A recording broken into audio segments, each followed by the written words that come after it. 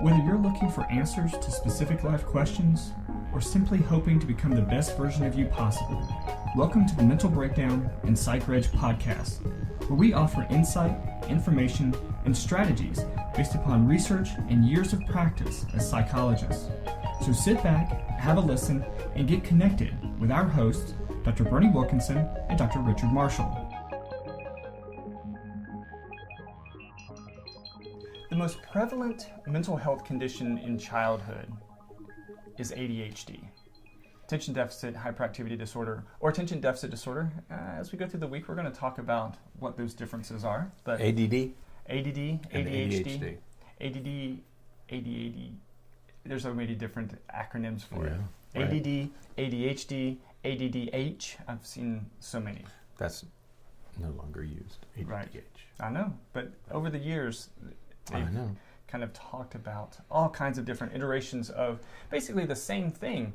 And so we're going to start this week off by kind of talking a little bit about what ADHD is and what it's not. As we were preparing for this, I kept thinking, it's about time.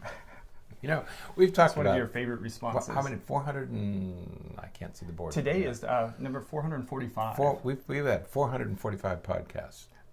And that's just since we joined Psychreg. Psychreg, right. So more than that. We've had more than 445. And we have yet to talk about ADHD at length. Right. Even though it is the most commonly made diagnosis in childhood. We don't know. Right. We assume that it's the most prevalent, but it certainly is the most commonly diagnosed disorder of childhood. Right. So we're going to talk about it all week? Yeah. Yeah, this will be the first time we've really dug into it in the format that we're doing it this week. Right. We've talked about ADHD many times in various circumstances and in various different ways, but we're going to really dig into it this week. Right. But again, we're going to start out the week talking about some of the problems with the way that ADHD is seen by others and by the population in general. It could be the most least understood, right? Because it's become so commonly talked about, right. And so it's treated. It's just so frequently discussed. It's on TV, it's in the media, it's in schools, and so there's this awareness of it. But as a result of all that, there are all these different opinions, ideas, and myths floating around about ADHD. So one of the things we want to do this week is to clarify what has become pretty muddy water. Right. The whole issue of childhood versus adult ADHD, and who can make the diagnosis, when can you make the diagnosis, and then the whole idea of medication, which we'll talk about later in the week.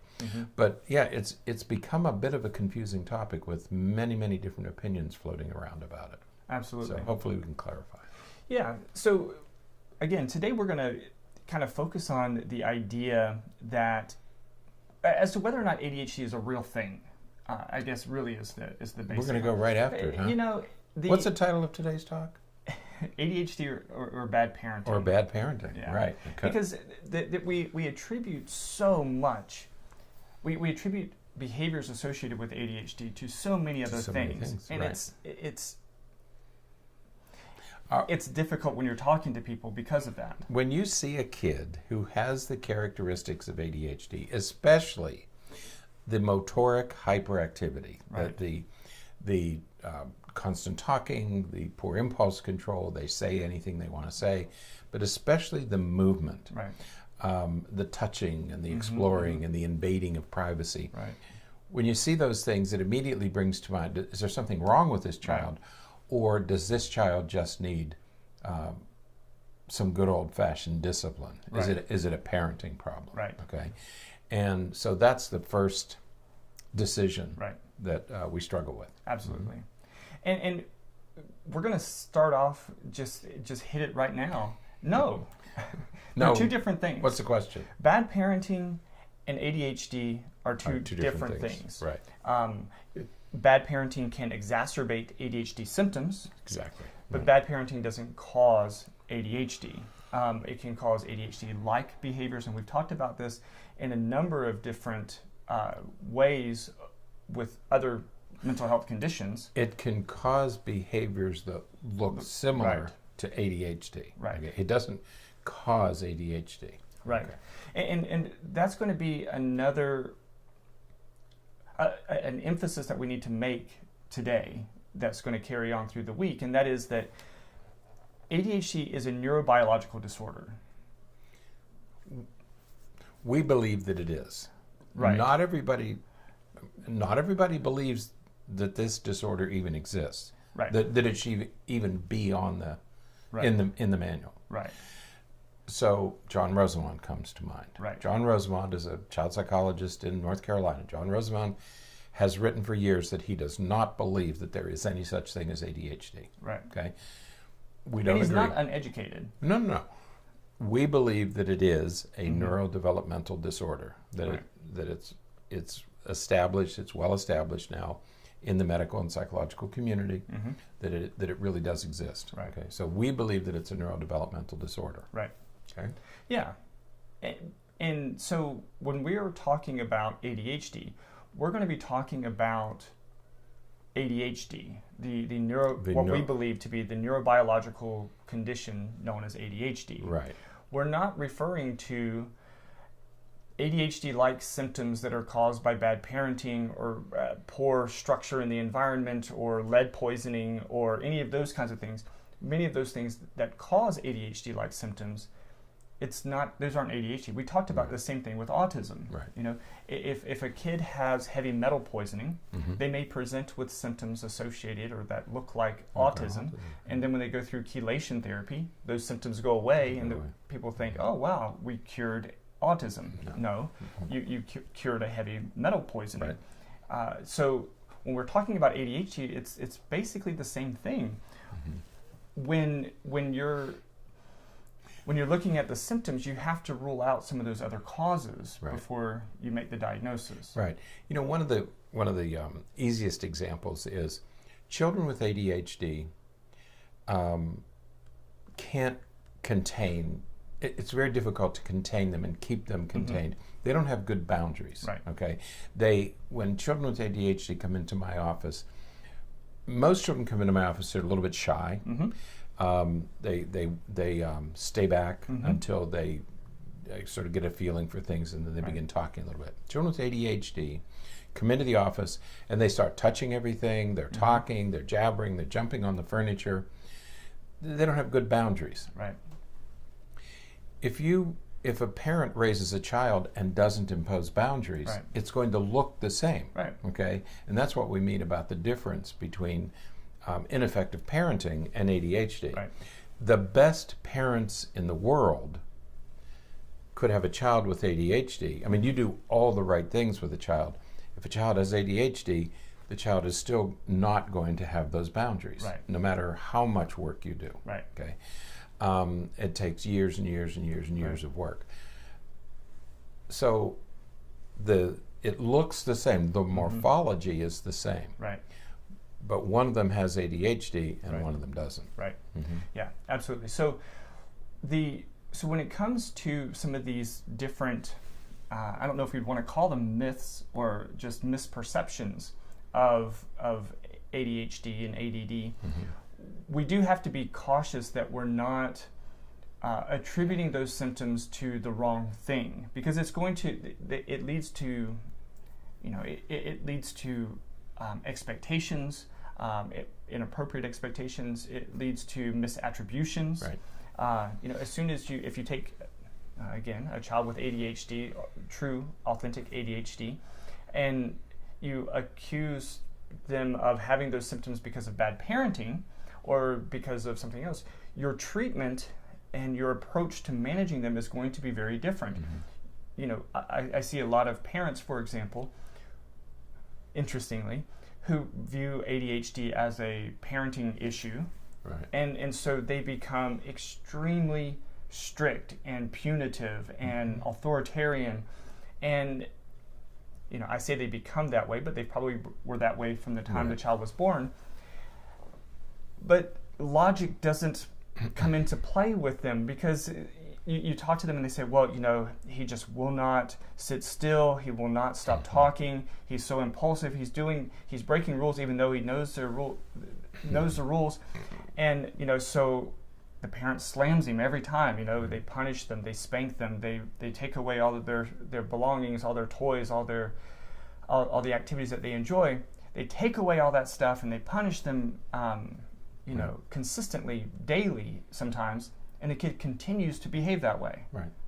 Mm-hmm. And you think, then might it be something different? Right. If you're doing all of these things to punish and to redirect the behavior and to change the behavior, and the behavior is not changing. Right. First off, obviously, those interventions aren't working. Right. Second off, perhaps it's something different that's causing that. No kid wants to be in trouble. I was just going to say that. Kids don't wake up in the morning thinking, okay, I'm going to get up today and I'm going to be as bad as I can possibly be. Right, because I want my parents to take everything away from me. That's right. I want to be slapped. I want to be hit. I want to be spanked. I want everything taken away. Nobody thinks that way. Right. Okay. When parents do all the things they're supposed to do, or when teachers, same with teachers. When teachers, think of it. Hundreds of thousands of teachers manage children's behavior day after day, year after year. Okay? Right. But every once in a while you get a kid, no matter how good the teacher is, the child is misbehaving. That's something else. Right. That signals that there's something else going on. Right. Absolutely. So we have to, again, as we're getting into this week and talking about ADHD, we have to begin with the premise that this isn't something caused by mismanagement, by poor parenting, by by any of these other things that we often. It's not. In a couple of days we're going to talk about the causes of ADHD. And I'm going to go ahead and say it now. So this is sort of a spoiler alert. It's not video games. It's not TV. It's not sugar. It's not sugar. Wow. These are not things that cause ADHD. We know that they don't cause ADHD. We know it because this disorder existed before TV. Right. It existed before high sugar consumption. Right. It existed before video games. ADHD didn't begin with video games. Right. So it has to be it existed before TV. There are children described over 100 years ago. Right. Before electricity. Yeah. Who had ADHD. Yeah. And there are stories of children probably from medieval days. Right. The description that's given is a child with ADHD. Yeah. Okay? It's all the same characters. Fidgety Phil. Right. That was over 100 years ago that yeah. Fidgety Phil was talking about. And not even in the United States. No. It wasn't here. It wasn't like child rearing practices. Right. And so this disorder predates all the things that we typically use as explanations or causes.